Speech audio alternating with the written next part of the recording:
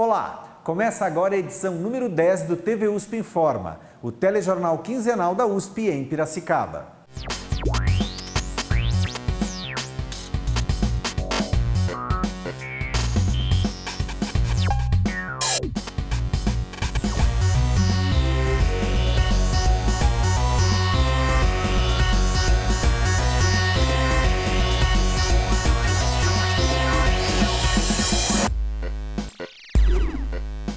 Como já é tradição, em 2013 o Museu Luiz de Queiroz participou da Semana Nacional de Museus. E você confere a partir de agora todas as novidades em torno dessa participação.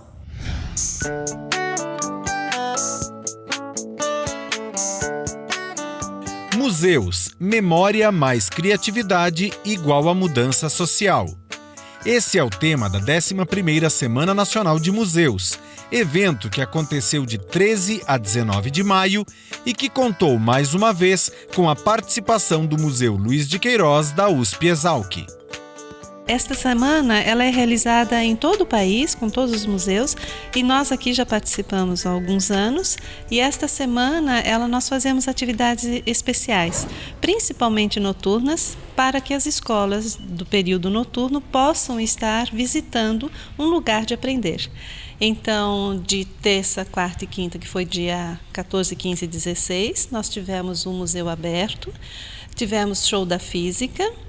E agora também, no dia 13, teve a abertura da exposição, que é uma exposição sobre direitos humanos, que são 18 artistas chineses que retrataram uma atividade na China que é perseguida agora pelo governo.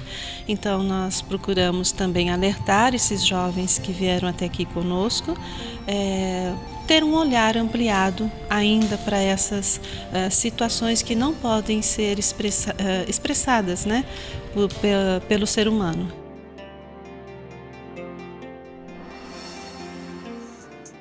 Aberto à comunidade em geral e recebendo também grupos de escolas sob agendamento, o Museu Luiz de Queiroz é um espaço diferenciado de aproximação com a Exalc e sua história. Quando nós recebemos os alunos, que podem ser por agendamentos ou por outra forma, eles chegam aqui, eles são inseridos no contexto da universidade, com a história do Luiz de Queiroz, como ele idealizou esta universidade e como ela está até hoje, né? Vai logo fazer 112 anos. E aí é feito de uma forma, a visita de uma forma dinâmica. Nós não vamos apenas vendo os objetos parados e estacionados nos armários, né? A gente procura fazer um raciocínio. Geralmente a gente estuda a faixa etária deles, então a gente faz um raciocínio do aprendizado que eles têm em sala de aula com o aprendizado aqui no museu. Então é mais uma oportunidade que eles possam estar vendo na prática como é, por exemplo, uma máquina de 1900. Como que o autor, o inventor, pensou para fazer aquela máquina? Qual foi a necessidade dele inventar aquela máquina? Então a gente acredita assim que o museu, por estar numa universidade, precisa exercer essa função, né, de ajudar e contribuir com a educação desses jovens, que futuramente poderão ser um estudante da universidade. O Museu Luiz de Queiroz está aberto para visitação de segunda a sexta-feira, das 8 às 11 e das 13 às 17 horas, com entrada franca. Mais informações pelo telefone 19 3429 4305.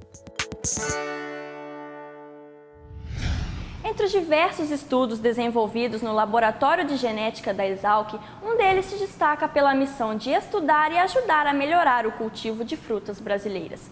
Conheça agora um destes projetos que busca mais qualidade e rendimento ao maracujá doce, uma fruta tipicamente nacional. Um dos atuais desafios do melhoramento das culturas de frutas tropicais é incorporar abordagens baseadas em marcadores moleculares nos programas de melhoramento convencional.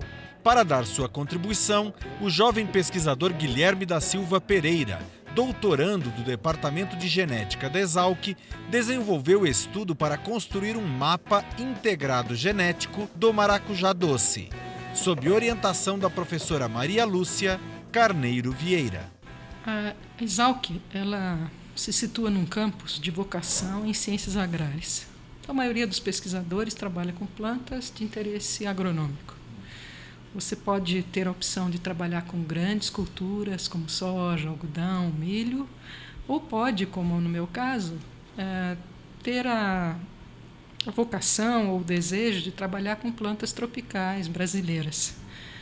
Então, dessa forma, nasceu a minha inspiração, trabalhar com plantas nativas do Brasil, fruteiras, que é o caso do maracujá, e que tem muito pouco estudos genéticos. Então, nós começamos em 90, aplicando sempre metodologias novas para estudo da espécie. São duas as principais cultivadas no Brasil, o maracujá amarelo ou azedo, que é usado basicamente para suco, e o maracujá doce, chama-se Passiflora lata, que nós temos estudado mais intensamente nos últimos anos, porque ninguém está estudando praticamente, e que é aquele maracujá de mesa que se come a fruta, né, ou a polpa da fruta. Esse maracujá ele tem uma característica interessante, ele tem um sabor e um perfume bastante exótico, e ele é muito apreciado, inclusive, pela indústria de cosmético. É dele que se extrai o calmante das folhas, a passiflorina, e ele tem uma polpa muito espessa. Quando você corta para comer, né, com colher, você percebe que ele tem uma polpa muito espessa, e uma polpa, que é o que você come, às vezes pouco abundante. Então, a ideia nossa é fazer seleção, no sentido de diminuir esse tamanho de casca, aumentar a concentração de polpa da fruta. E nós temos feito uma série de pesquisas usando metodologias convencionais, ou seja, vai a campo, avalia, como também usando análises de DNA. Então, nós estamos fazendo, na realidade, uma integração entre técnicas convencionais e técnicas moleculares. Bom, nosso trabalho teve por objetivo construir um mapa genético de uma espécie de passiflora, de maracujá, que é o maracujazeiro doce. Para isso, a gente utilizou diversas abordagens moleculares, né?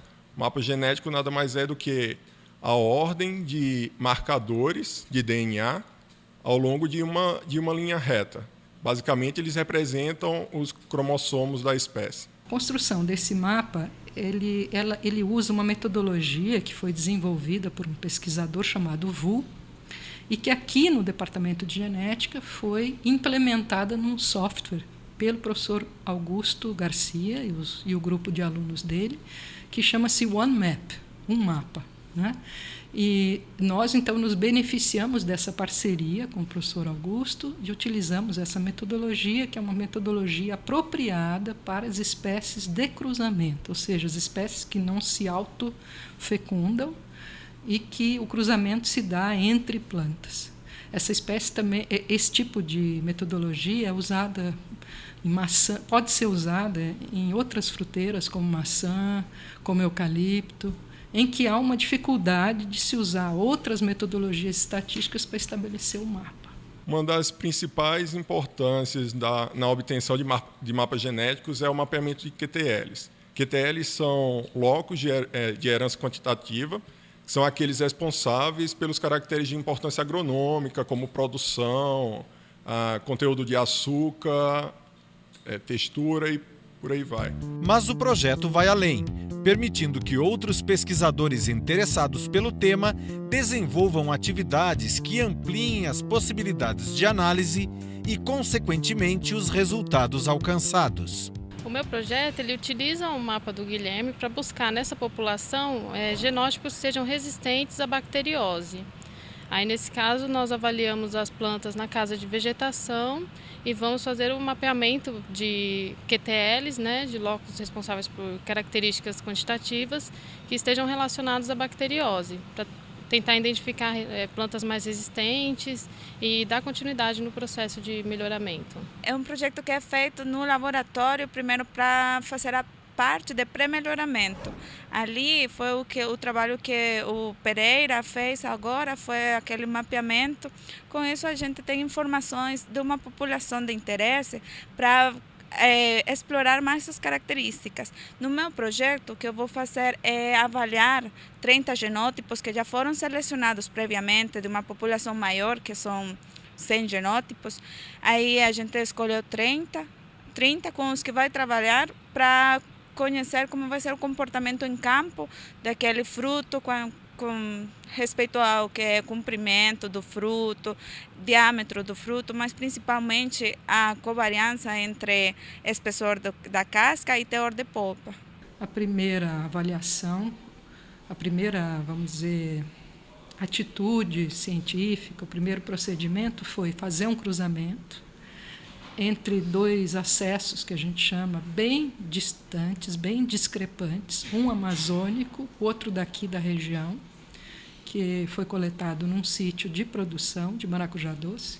Isso gerou uma população que a gente chama de segregante, ou seja, ela segrega, ela é diversificada para uma porção de características, tanto para a qualidade do fruto como para a quantidade de frutos. É interessante essa população porque ela está no campo e está na casa de vegetação. Ela é composta de 200 indivíduos. E esses indivíduos, tem alguns que são muito folhosos e têm pouco fruto. E tem outros que florescem muito, têm bastante fruto. Então, dessa população, inicialmente plantada aqui na região de Piracicaba e na região de Descalvado, nós tiramos 30 genótipos. Esses 30 genótipos constituem uma pequena população selecionada. E essa população selecionada ela foi para o campo novamente e é nela que nós vamos ver o efeito da seleção para a produção de frutos, menor espessura de casca e maior quantidade de polpa.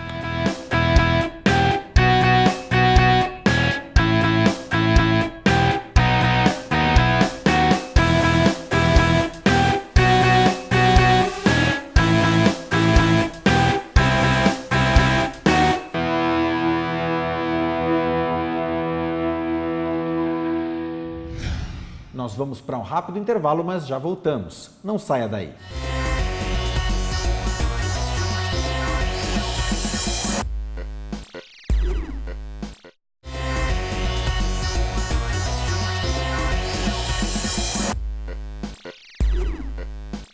Em 2013, a Exalc completa 112 anos de tradição e relevantes serviços prestados à ciência brasileira. Para comemorar a data, celebrada no último dia 3 de junho, o professor José Vicente Caixeta Filho, diretor da escola, fala dos avanços e conquistas da escola no decorrer dos últimos tempos. A Exalc está completando, agora nesse 3 de junho, os seus 112 anos. 112 anos, naturalmente, é uma marca importante, né, para uma instituição bastante reconhecida pela qualidade dos seus trabalhos, né, tanto em ensino, quanto em pesquisa, quanto em extensão. Particularmente nesse último ano, a Exalc incrementou por demais as atividades relacionadas a essa maior aproximação do nosso público interno à comunidade externa, né? A uma série de atividades que têm demonstrado, né, que isto é bastante importante. E destaque para o projeto Profissões na Exalc, onde nós temos atraído um número cada vez mais expressivo de alunos de escolas de ensino médio, públicas e privadas, ao nosso campus, para conhecer um pouco dos cursos de graduação, particularmente, que a escola oferece, e com isso fazer com que muitos desses alunos passem a considerar a Exalc como uma alternativa importante para o seu plano de vida profissional, seu plano de vida institucional. A Exalc fica muito feliz em poder compartilhar essas informações com esse tipo de comunidade que não necessariamente tem a informação completa sobre os nossos cursos de graduação. Falando sobre cursos de graduação, a partir deste ano, a Exalc passou também a oferecer seu 7º curso de graduação, que é o curso de administração, onde tivemos também o privilégio de receber, né, uma demanda de alunos aí bastante qualificada, e isso acaba por trazer um espectro ainda mais abrangente, uma mescla certamente bastante diversificada de opções para aqueles alunos que pleiteiem, né, algo a ser realizado, algo a ser estudado em termos de graduação aqui em Piracicaba, no campus da USP.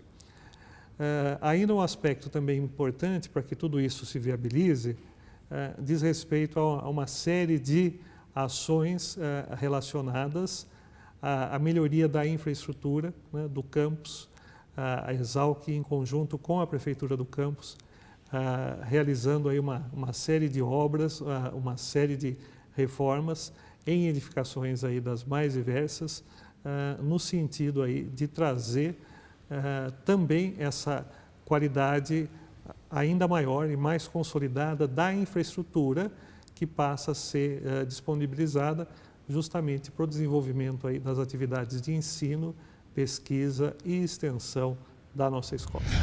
O TV USP Informa traz para você, a partir de hoje, uma nova série de reportagens especiais. Desta vez, vamos falar sobre os desafios da produção sustentável de energia em um país com dimensões continentais como o nosso. É a série de reportagens Caminhos da Energia, uma viagem pelo interior das mais modernas e inovadoras iniciativas de produção de energia limpa e renovável. E você vem com a gente! Um país de dimensões continentais com um consumo crescente de energia. Prover essa necessidade com o uso de fontes renováveis e não poluentes é um desafio sobre o qual cientistas e pesquisadores se debruçam cada vez mais. Mas afinal, o que são e quais são as chamadas fontes renováveis de energia? Uma das maneiras de definir fontes renováveis de energia, a primeira por contraste, né? É lembrar que as fontes de energia que se usam em geral não são renováveis. Petróleo, carvão e gás natural. Elas dominam o cenário energético mundial e elas são fósseis, isto é, foram formadas na antiguidade. Nós estamos usando elas rapidamente, elas vão acabar. Então, em contraste, as renováveis são as que vão durar. E quais são as que vão durar? São as energias que provêm do sol, basicamente. Quase todas as energias renováveis se originam no sol e elas estarão conosco enquanto o sol estiver brilhando. Há uma exceção, aliás, há duas exceções. Há a energia nuclear, que é uma energia que não vem do sol, vem do urânio e outros minerais que nós conhecemos, e energia do interior da Terra, porque o interior da Terra é muito quente e a gente pode acessar parte desse calor. Mas essas três categorias, geotérmica, nuclear e solar, têm essa característica. Elas não são como as fósseis, isto é, elas vão durar para sempre, teoricamente. Energia renovável, na realidade, é tido hoje como fontes que conseguem se recuperar dentro de um certo período e que ela se manteria de uma forma meio que eterna. O que isso não é bem verdade. Se a gente for apenas respeitar a segunda lei da termodinâmica, que é a lei da entropia, que denota a irreversibilidade, que denota perdas de energia, certamente face a uma melhora na qualidade dessa energia, então a gente teria que observar essa questão da renovabilidade por um outro enfoque. Vou me referir como ditas renováveis por conta disso. No conceito estrito, as renováveis são aquelas que, em geral, por dependerem do Sol, podem ter ciclos repetitivos enquanto o Sol perdurar como fonte de energia que vem por radiação eletromagnética. Então, ela pode tanto se transfigurar em forma de ligações químicas nas plantas, algas, carboidratos, açúcares, amidos, lipídios, gorduras, etc., quanto também pode movimentar o ciclo eólico, uma forma de energia natural capturável, o ciclo hidrológico, assim como também a conversão física através dos sistemas fotovoltaicos, por exemplo. Mas também podemos entender como renováveis as energias decorrentes, por exemplo, da força gravitacional, como a energia das marés, e, de uma certa forma, também a energia geotérmica, que, então, é uma fonte razoavelmente estável ao longo da vida da Terra de calor que vem originalmente de processos nucleares e gravitacionais parcialmente. De forma que nós contrapomos estas formas de energia às não renováveis, porque as não renováveis, na verdade, são fontes originárias de processos semelhantes que foram acumuladas ao longo da história geológica da Terra, principalmente os combustíveis fósseis, como os hidrocarbonetos, fluidos, óleo, gás natural, ou mesmo o carvão, que vem de outras fontes. Uma fonte, ela pode ser, essa renovabilidade dela, ela não é uma questão de um rótulo, porque nós podemos ter petróleo de uma forma renovável, desde que a humanidade usasse a quantidade que é formada, por exemplo, naquele mesmo período. Tá? E não necessariamente etanol de cana-de-açúcar vai ser renovável se nós tivermos uma erosão de solo, recurso finito, né, superior a uma taxa de gênese, né, da formação daquele solo a partir dos minerais que compõem as rochas que deram origem ao solo. Então, essa questão de renovabilidade, normalmente ela é tratada muito numa questão rotular, mas é muito mais uma questão de comportamento de uso de fonte do que na realidade da fonte em si. As usinas hidrelétricas são peça-chave na matriz energética brasileira, respondendo por 82% da energia elétrica gerada no país. Essa matriz energética é, do ponto de vista ambiental, técnico e econômico, a melhor opção para o Brasil? Nós somos muito afortunados e, devido à grande extensão territorial do Brasil e à topografia do Brasil, nós podemos utilizar a água da chuva. A água da chuva é uma forma de energia solar, porque o sol ele vaporiza a água, ele transforma a água do mar, ele aquece a água do mar, que se transforma em vapor, que forma as nuvens. As nuvens são levadas pelo vento para os continentes, onde elas se precipitam e voltam para o mar.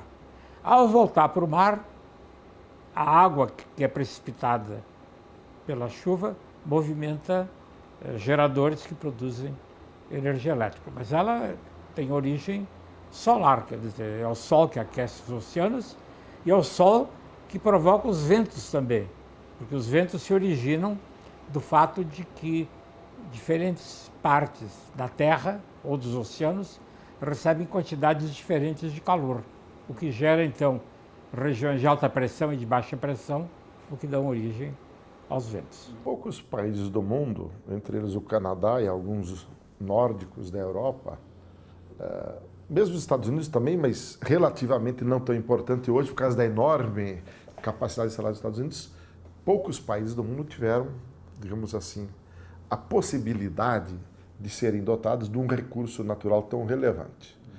O ciclo hidrológico, evidentemente, que é movimentado dentro da biosfera e dos ecossistemas pela energia do Sol. Mas o aproveitamento da energia hidráulica não depende só do Sol, obviamente, porque a própria interferência humana nos ecossistemas e biomas faz com que a disponibilidade das vazões hidráulicas se alterem ao longo do tempo e com o tempo. Mas atendidos os critérios ambientais de preservar as questões essenciais desses ecossistemas e biomas, e também atendida a restrição social, que é muito importante, ela é em função da ocupação humana dessas regiões, a fonte hidráulica é uma fonte extraordinariamente positiva, atendidas aquelas restrições, porque, em geral, permite produzir energia a um custo menor e a utilização da diversidade hidrológica entre bacias. O único país que tem uma fração maior da eletricidade produzida a partir de usinas hidrelétricas é a Noruega. Mas no Brasil, cerca de 80% da eletricidade é produzida a partir de hidrelétricas. E elas são renováveis por excelência, né? Quer dizer, uma vez construída a hidrelétrica, ela não precisa de combustível, o que faz virar os geradores é a água, isso vai durar muito tempo. O quanto tempo é difícil dizer, naturalmente, é preciso manutenção, mas teoricamente isso dura ad eternum.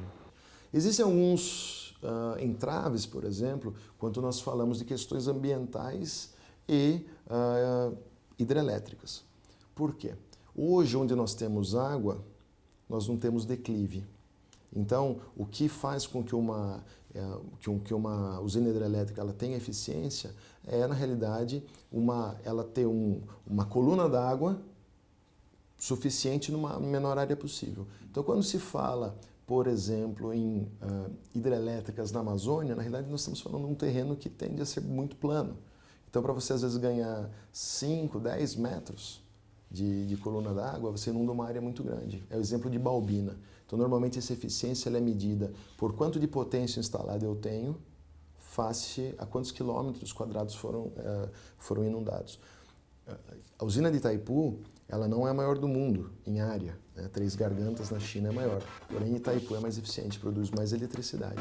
Toneladas de concreto para formar uma barreira quase intransponível à força das águas de um imenso lago artificial, que pode cobrir centenas de quilômetros quadrados. A partir da próxima edição, você acompanha nossa equipe em uma expedição para descobrir como funciona uma usina hidrelétrica. Vamos até a cidade de Foz do Iguaçu, na tríplice fronteira entre Brasil, Paraguai e Argentina, para conhecer Itaipu Binacional, considerada a segunda maior usina hidrelétrica do mundo. Uma verdadeira expedição por dentro desse gigante da engenharia que completa 30 anos de atividade.